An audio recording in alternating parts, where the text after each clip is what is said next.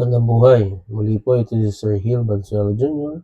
mula po sa New Year High School. Ito na po ang ikalimang bahagi ng pagtalakay natin tungkol sa reflection under transformation. So this time guys, ang pag-uusapan naman natin ay patungkol sa reflection over a line x equals to h. Ayan. So ano ba ang sabi dito?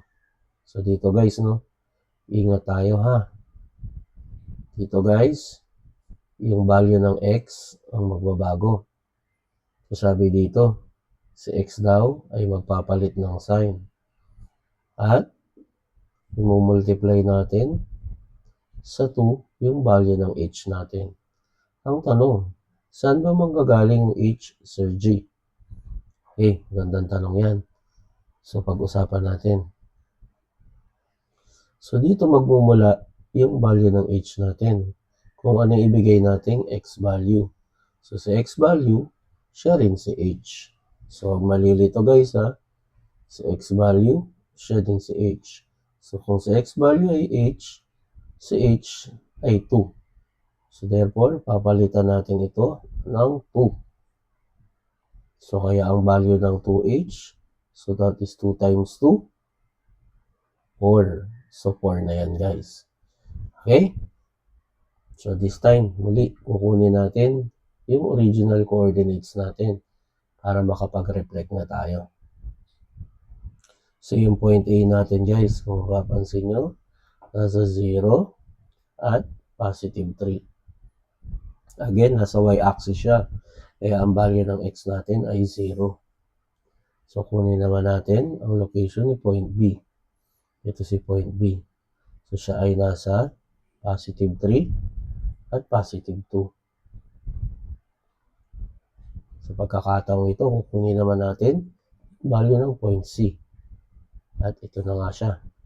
Nasa x-axis. So that is 3, 0. At pupunta naman tayo sa point D. Yan naman ay nasa 0 at negative 1. At dahil alam na natin yung eksaktong lokasyon ng mga points na ito, so pwede na natin i-reflect over x equals h. So gagamitin natin yung ating formula. So muli, i-label natin sila as A prime, B prime, C prime, at D prime. So sabi dito, si y value, kukopyahin lang. So hindi na tayo hindi na natin yun masyadong pupukusan. Napupukusan na lang natin si x. Ayan, so sabi dito, substitute tayo. Remember, ito yung x natin. Ito yung ating mga y. Okay? So sabi dito, para makuha natin si A prime, si x daw ay magne-negative. Pero dahil sa point A, ang x natin ay 0, so it doesn't matter. So 0 plus 2 times our h. Ang h natin ay 2. Ayan. Then ang y natin ay positive 3. So pwede na natin i-simplify. So pwede na nating sabihin na ang ating A prime ay located sa positive 4, positive 3. Sunod naman natin si B prime. So muli, titingnan natin yung value ng x natin. Sa x natin ay positive 3. So therefore, magiging negative 3 siya. Then plus 2 times h natin, 2 ulit. This time, ang y natin naman ay positive 2. So therefore, ang mangyayari, so this is 4 plus negative 3. So that is positive 1. And 2. So ito na yung magiging B prime natin. So si C prime naman, mga bossing. So kukunin uli natin yung value ng x natin. Again, si x natin ay positive 3. So siya ay magiging negative 3. Again, 2 times 2. At ang y naman natin ay 0. Kukopyahin lang natin yun. At pwede na natin i-simplify. So again, this is 4 plus negative 3. That is positive 1. And 0. Yan na yung ating C prime. At ang ating d prime naman guys, kunin natin, ang x natin ay 0. So 0 na yon. Then plus 2 times 2. So that is 4. And then, kopya lang natin yung ating y na negative 1. So, ang d prime natin guys ay located at 4, negative 1. So, isulat ko na dito guys para mas ma-summarize natin, no? So, si a prime natin is located at 4, 3. Si b prime natin is located at 1 and 2. So, si c prime natin is located now at 1, 0. At si d prime natin ay located na at 4, negative 1. So, i-clear lang natin ito. Kasi tamaan ang graph natin, no? Ayan. So, pag nag-aaral kayo nito guys, no? Huwag nyo kalimutan mag-pause, di ba? Pause nyo, tapos i-try nyo, no? Try nyo kung paano siya ginagawa, no? Para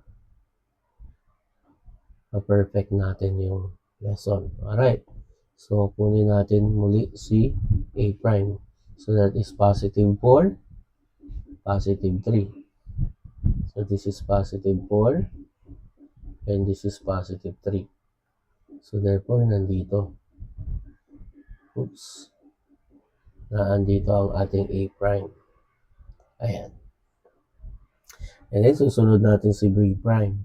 Si b prime ay located at positive 1 and positive 2. Ayan. So, this is our b prime. Si c prime naman, located sa 1 and 0. So, ito na siya guys. Burahin lang natin yung circle dito guys para hindi kayo malito. Ayan. So, 1 and 0. And then, ang pinakahuli, positive 4 at negative 1.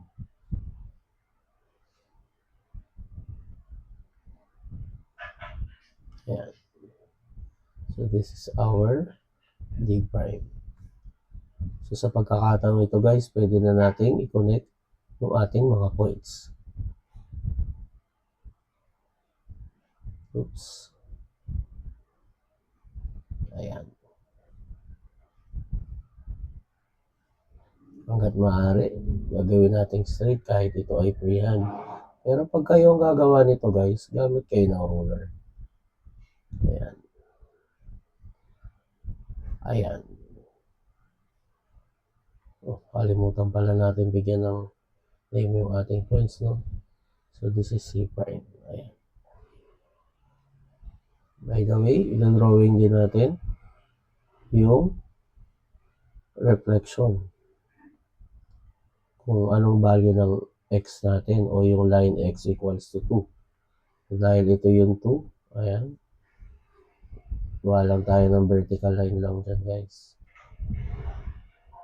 Ayan, pagpasensyahan nyo na, freehand. So, ito supposedly align. So, pag kayo gagawa nito, guys, gamit kayo ng ruler. So, that is x equals 2. So, ayan na, guys. Yan ang reflection natin over x equals h. So, sana natutunan nyo. Muli po, ito si Sir G. Magandang buhay sa ating lahat.